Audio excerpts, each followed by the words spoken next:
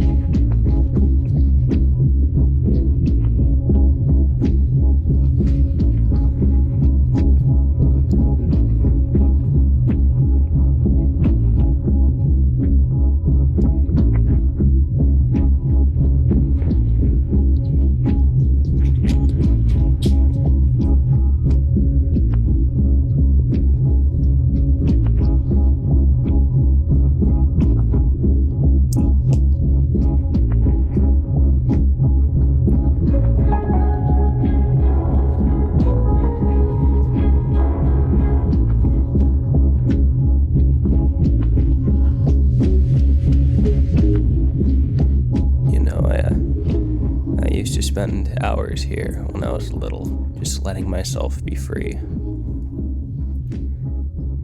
Slipping into an alternate existence, one where mystery and intrigue was around each corner, and the spirit of adventure was carried on the wind's breath, filling the air I'd breathe with hope and zeal.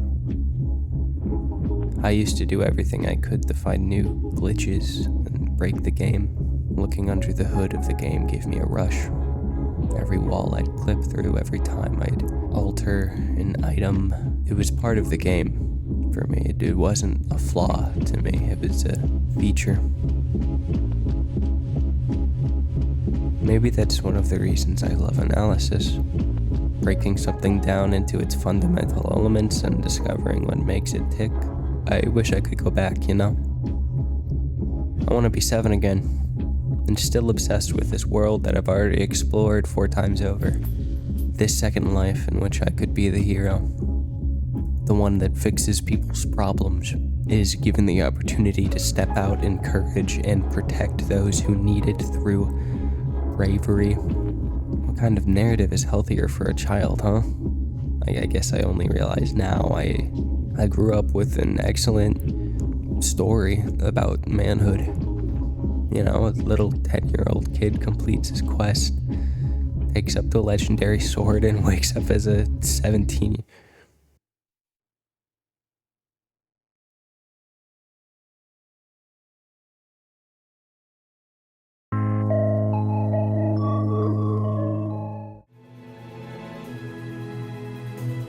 I decided to leave the house.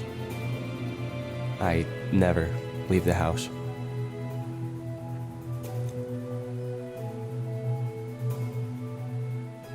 We used to play here, making films that we never finished, throwing rocks off of the bridge and digging up salamanders.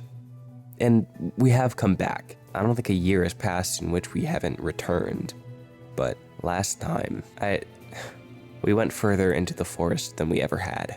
We used to veer off the trail, and we'd talk about making rafts out of rotted wood.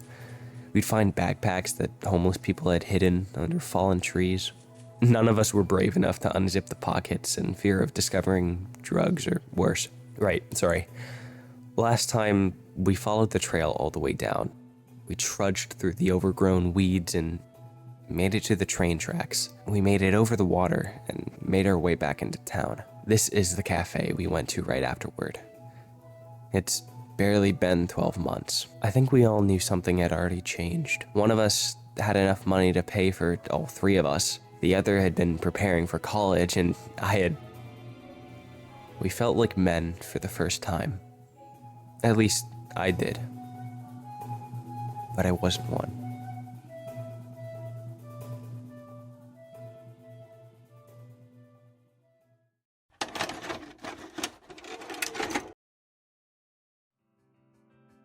We used to meet here every week.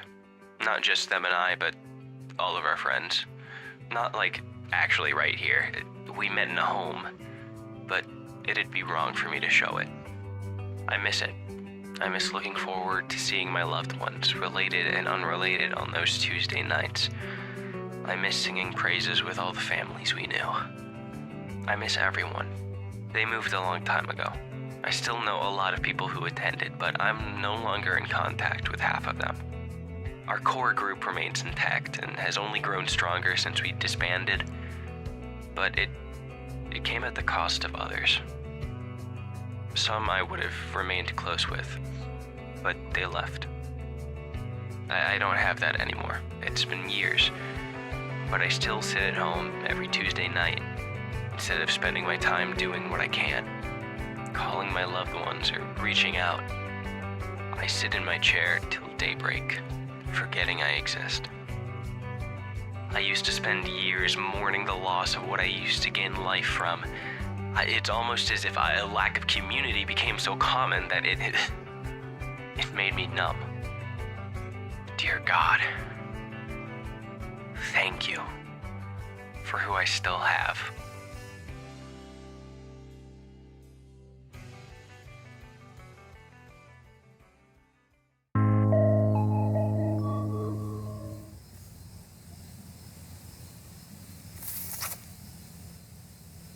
I wish I could force myself to do anything. I've never been a very disciplined person, and I wonder how much of it is my own fault.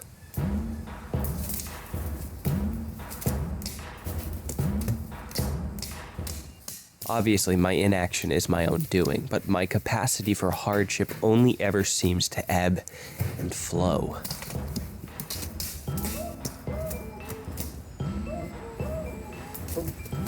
Never in my life have I felt consistent. And that's the thing, I could find ways to deal with that if I always had an imperative, an objective to operate under. It's those quiet nights.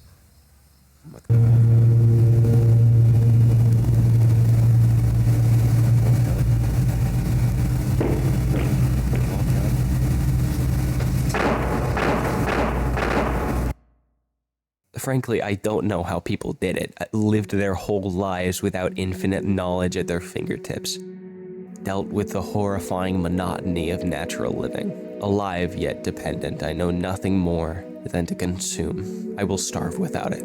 I will die without it. I cannot be me without it. I am not me without it.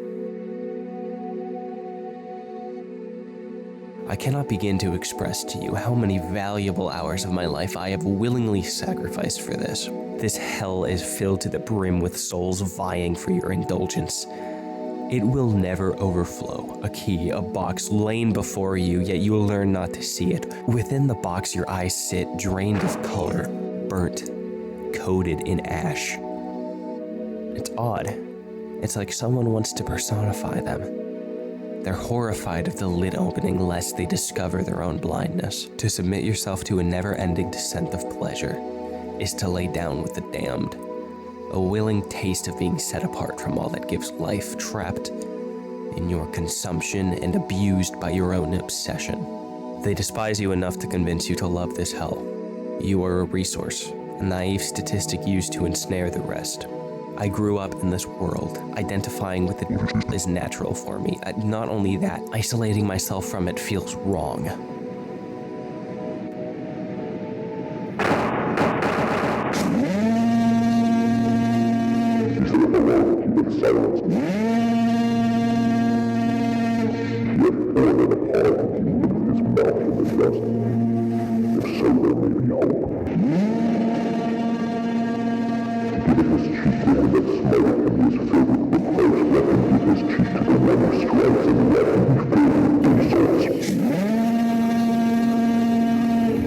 And let him be filled with insults. And let him be filled with insults. Let him put his mouth in the dust, there may yet be hope.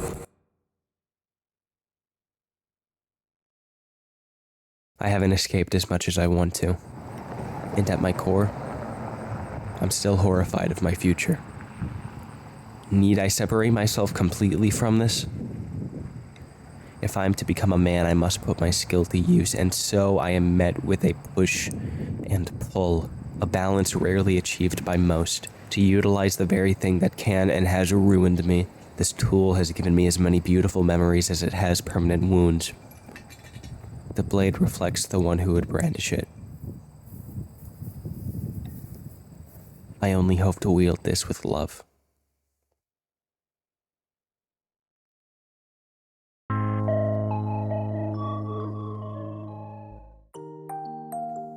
I was 9. And I already loved her. I can't explain it. I could try to dissect what happened and express it through language, but nothing could come close. I loved her so much, I feared it was an obsession. Looking back, I was just a child who grew into romance quicker than others, but I felt this profound insecurity, this fear that what I felt was somehow too much. But even still, it was this pure admiration and love. She didn't love me back, of course. Somehow, I don't think she even noticed how I felt. Not like I'd ever tell her, and in fact, I told her I'd never give her a straight answer as to whether or not I liked her as a child. She didn't ask. Our friends did. But I guess that counts as a premature confession.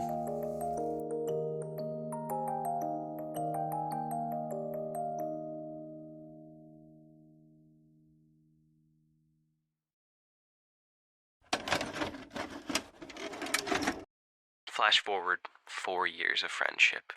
We'd already been through a lot together. She remained one of my closest friends, and I still loved her. She still didn't know. I had told myself I'd tell her when I turned 11, so I turned 11, and then I turned 12, and then I turned 13.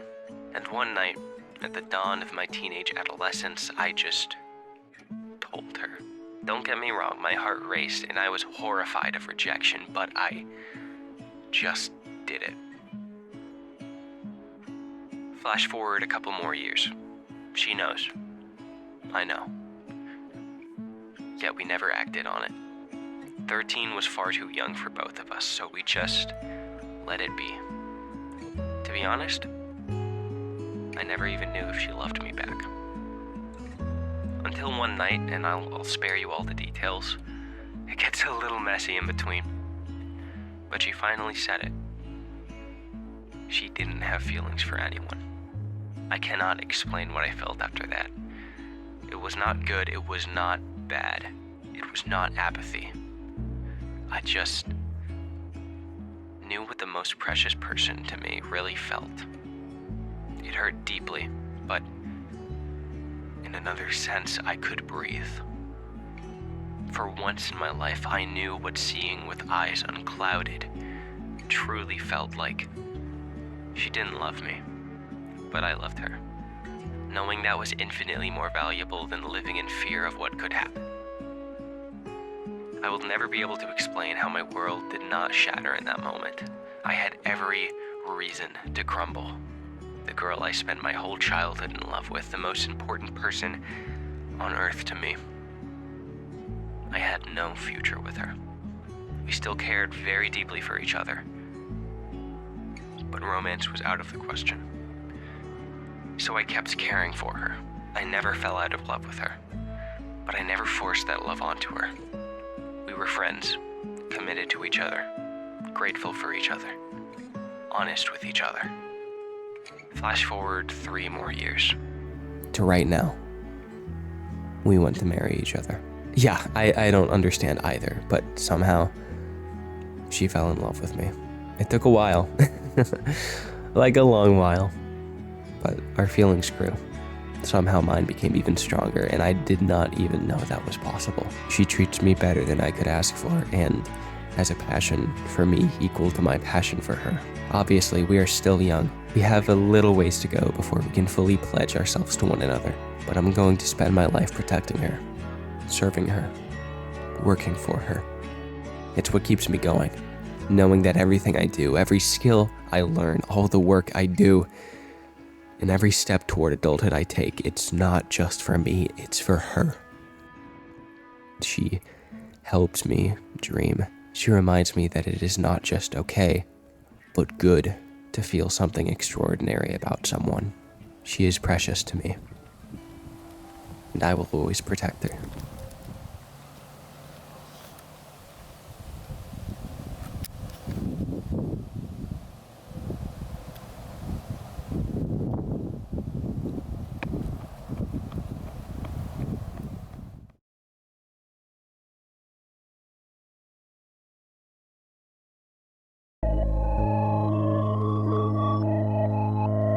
What if I can't, though?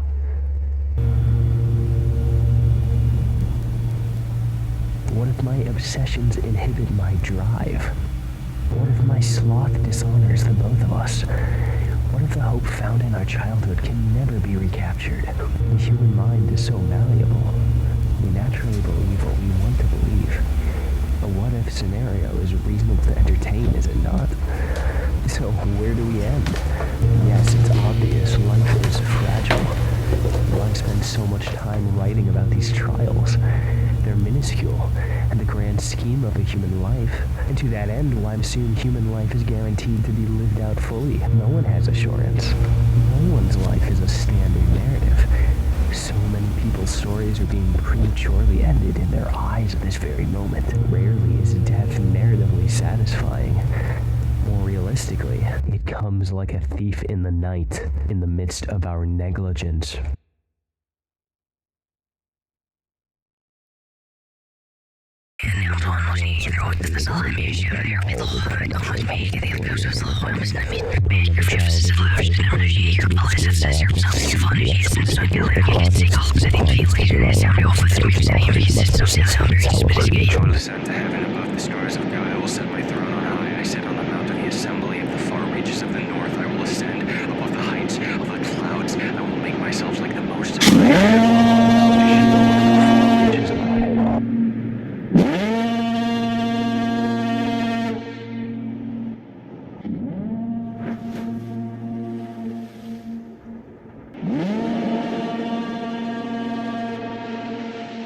When I was 8 years old, I was diagnosed with Lyme disease. I was sent to the hospital and told to regularly take antibiotics. So I did, and I was healed. I thought I was going to die. My parents raised me in the church, and the fear of death was greatly discouraged by the good news about eternity. But I wasn't only afraid of death. I was afraid of living forever. Imagine growing up in a world where every narrative, every law of existence, every logical process seems to necessitate a beginning and an end. And then you strip that ending away. It almost feels wrong. As a species, we're being subject to something beyond our nature. Decay is removed from existence, and everything eternally blossoms, infinitely marching onto a climax it will never reach. It never is. It is always only just becoming. This was worse to me than the fear of death. I had no control. Whether I liked it or not, the fact that I would eventually die was an inevitable aspect of my life. This relief of any control was soul-piercing. Never has a fear affected me so much that I cannot help but physically spasm at the thought of the nature of the universe. Sometimes my mind would wander toward the alternative. What if everything truly did end? Lights out. You have no more consciousness left to feel. You return to where you came from, formless, mindless, unreal, and without the capacity to experience. Even beyond my religious experiences, the deepest pits of my life have all proceeded from this awakening of anxiety in my young, malleable mind. That same anxiety is the reason why I took so long to write this. I reveled in it. I expressed it through my writing, repeating it back to myself, affirming my own wounds, letting my blood cascade, rather than working to stitch them. I cannot even begin to describe how much of my life has been tainted by paranoia. Anxiety will morph anything into a reason to fear. Why build greater connections with your friends when you'll eventually drift away? Why spend time with your family and treasure your relatives if their eventual deaths will lead to heartbreak? Why fall in love if you know you'll both hurt each other?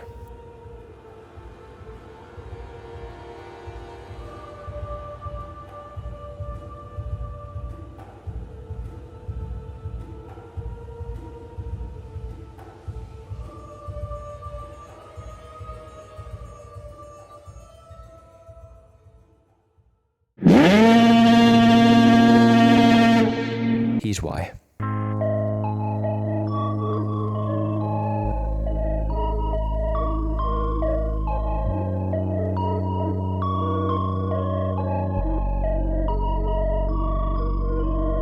Amidst all my trauma, my fear of the universe, the kidnapping of my mind by the one who wishes to subdue it.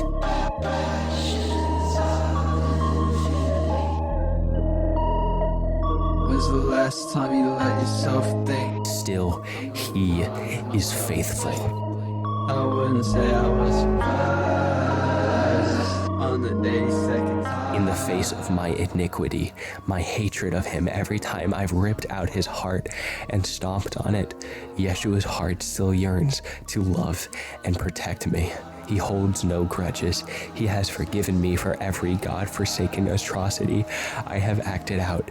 My addictions, he has freed me from. Every sin, he has cleansed me from. And he is willing, no, eager to teach me how to grow beyond my pain. How incredible it must have been to speak to him face to face. Christ is not merely a human philosophy built to promote efficiency.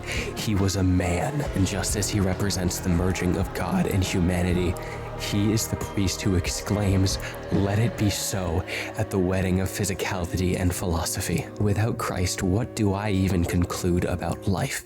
My purpose is my own. I haven't a roadmap in sight, and I have no father to teach me, no reason to exist. I am arbitrary. Henceforth, philosophy is no longer an avenue with which to find truth. It is the lie that we tell ourselves, the meaning that we impose unto that which lacks purpose, as in all things. We are the arbiters of meaning, and we deceive ourselves. But if I am to believe that God loved humanity so much that even after we beat, berated, mocked, hated, denied, oppressed, and ultimately killed God, he still seeks a beautiful, loving relationship with us, and I have a reason to continue. Philosophy is no longer a tool unto my own absurd purposes. It is what we use to understand the nature of reality, a reality that was created and imbued with monumental purpose. Stories are no longer humanity creating meaning out of existence. No, narrative is humanity discovering the meaning that was already there and communicating it to others. Of course, not all stories are accurate reflections of meaning, but nevertheless, we all intrinsically seek that which is true, and narrative exists to communicate the truth God set into place. Christ is why I live. I could ask for no greater meaning, and he respects my pain. He knows what I've experienced, the tragedy that follows me everywhere I go, my fears, my shortcomings, my trauma. He understands every explicit detail. He sees me in adultery with my sin, and not only does he still love me, but he helps me. He holds my hand as I traverse the winding and dangerous paths of existence, and he urges me to keep going. I am not on this journey alone. He's guiding me home. Eternity. A world in which every day is a new adventure, where people no longer leave, they grow closer. A world where I am no longer subject to my addictions, where no condition nor trauma will affect me, and my journey will never end, and my joy will never cease. I will never be afraid again. I don't have to be afraid of living forever anymore. It is not a life of monotony, a cruel march unto a non-existent end. It is a divine symphony of all that is worthy of praise. All things bright and beautiful work together to form an orchestra dedicated to the ultimate narrative. God and his people. There I will stay, satisfied and complete in my joy. Those words don't do you justice. Those words don't do you justice. Those words don't do you justice. Those words don't do you justice. Those words don't do you justice. Those words don't do you justice. Those words don't do you justice. Those words don't do you justice. Those words don't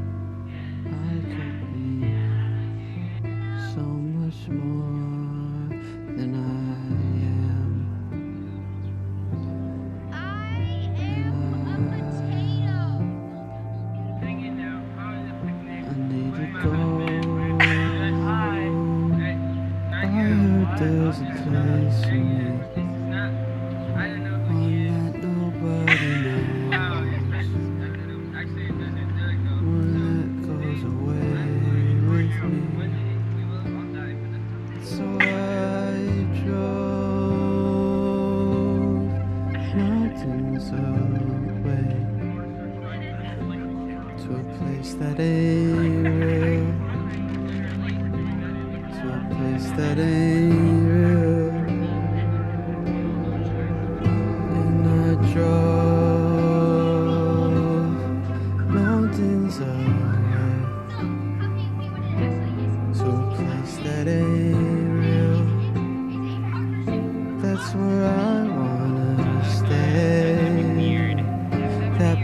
Over the hill, where you dream about crossing. There's a sludge blanket. Now I can't It's get out. not a cry for help. Help before they devour me. To rethink your options. your mom's bakery in Maine. It's that cabin in Sweden. It's the going offline. It's next year I'll go vegan. It's not a woe is me. It's a hold the door open. That's a fantasy world. That's the one that I've chosen.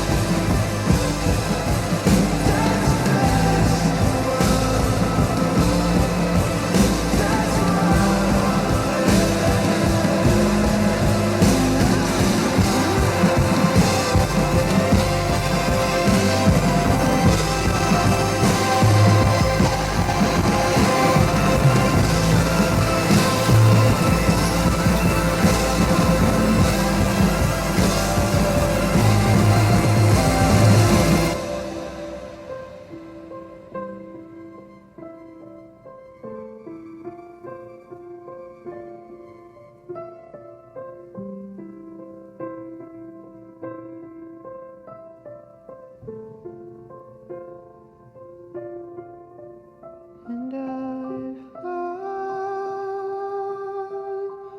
mountains away when no one can stay.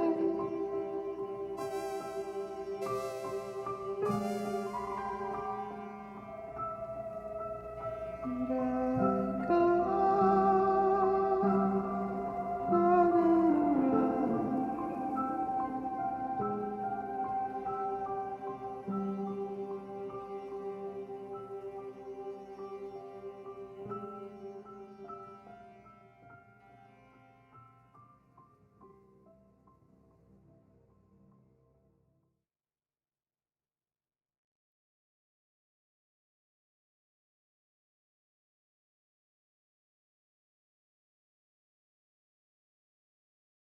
around.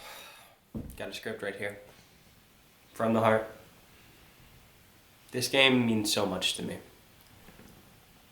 Not only because of what it is, but because of what it represents. Growth is pain. There's no way around that. And I need to be okay with that. I'll always be able to return to this world, this adventure, but it's been staring me in the face this whole time.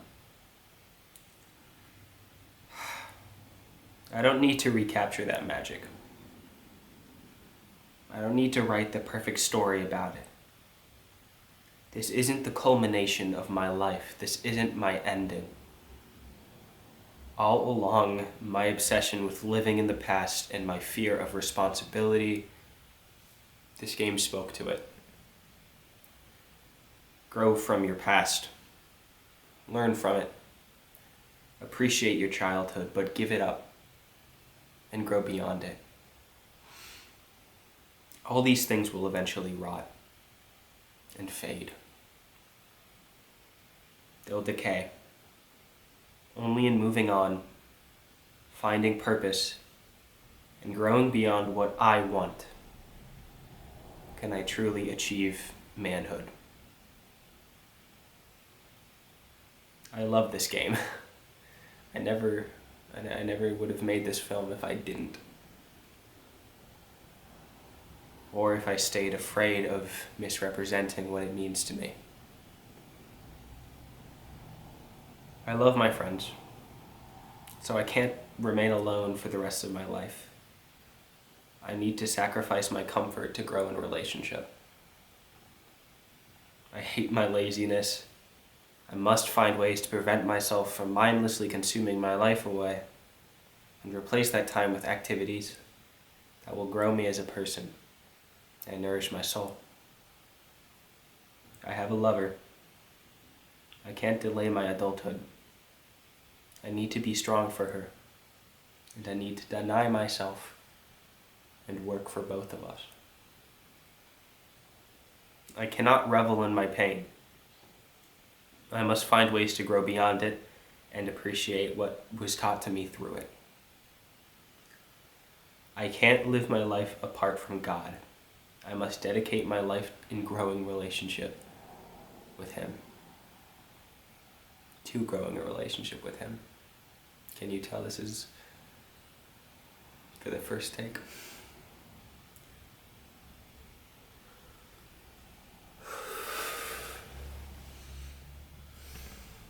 The greatest tragedy in The Legend of Zelda: Ocarina of Time is that Link was forced to live in the past.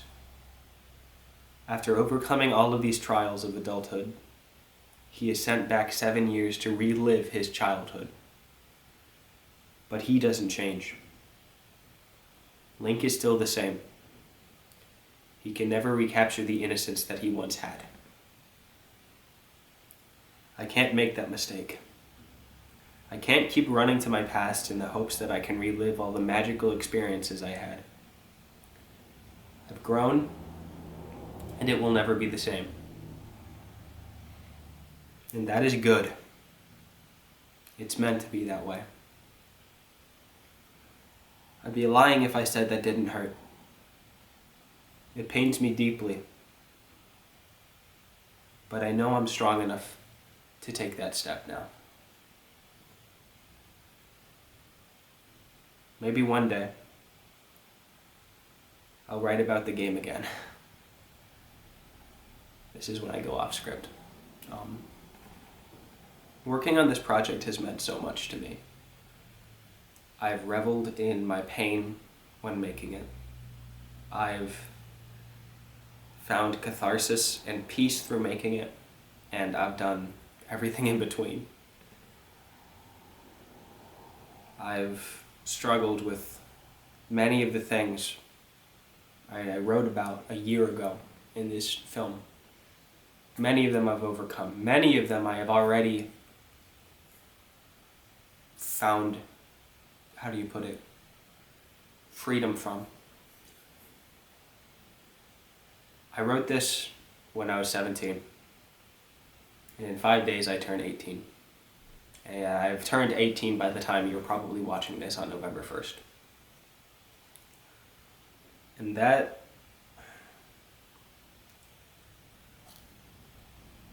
the only reason I made this film and was okay with making it is because I knew I had found the solution and I had gotten over these things. I had recognized what I need to do in order to be with my friends more and cultivate more healthy relationships. I realized what I needed to do in order to disconnect myself from my addictions and my sloth. I had already accepted that I'm going to need to make many sacrifices to live with the one I love for the rest of my life. I had found freedom from the existential dread that has pervaded me throughout my entire life. And I realized my intense necessity for God. But it's still a journey. It's not over yet. We go through arcs in a single year. You know, movies, films, even what I made, they make it out like, now I'm ready to take on adulthood. And I'm not perfect. I haven't overcome all these things, but now I am ready in a sense. Because I'm ready to take the step in faith. I'm ready to do it while I'm scared. Because even if I'm not fully ready, I will never be ready. The most ready I can be is to know what I need to do. And I think I know what I need to do.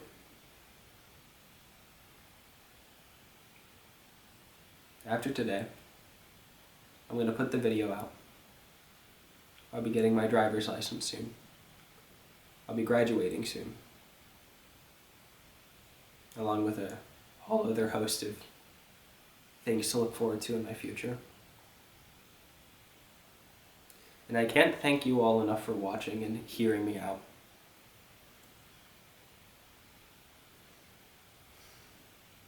Both new people who may not have known me before they saw this film, and especially my closest friends.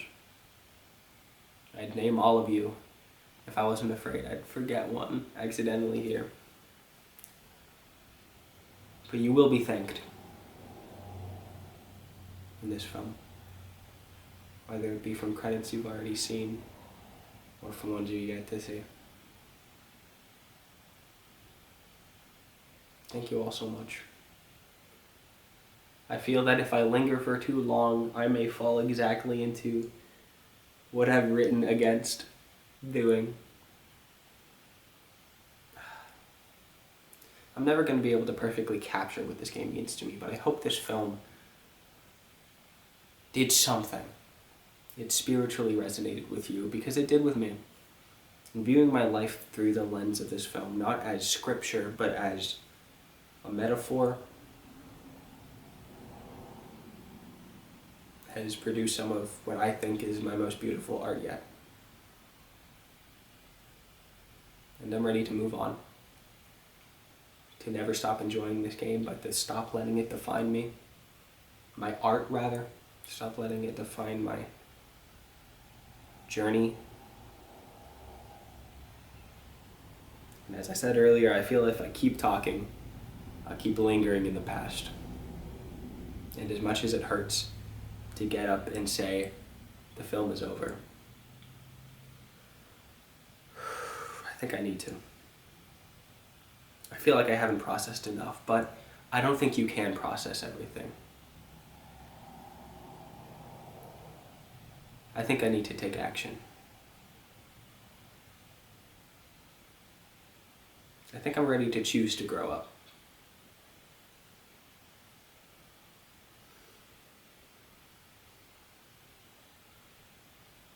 The flow of time is always cruel, but the clear water's surface reflects growth.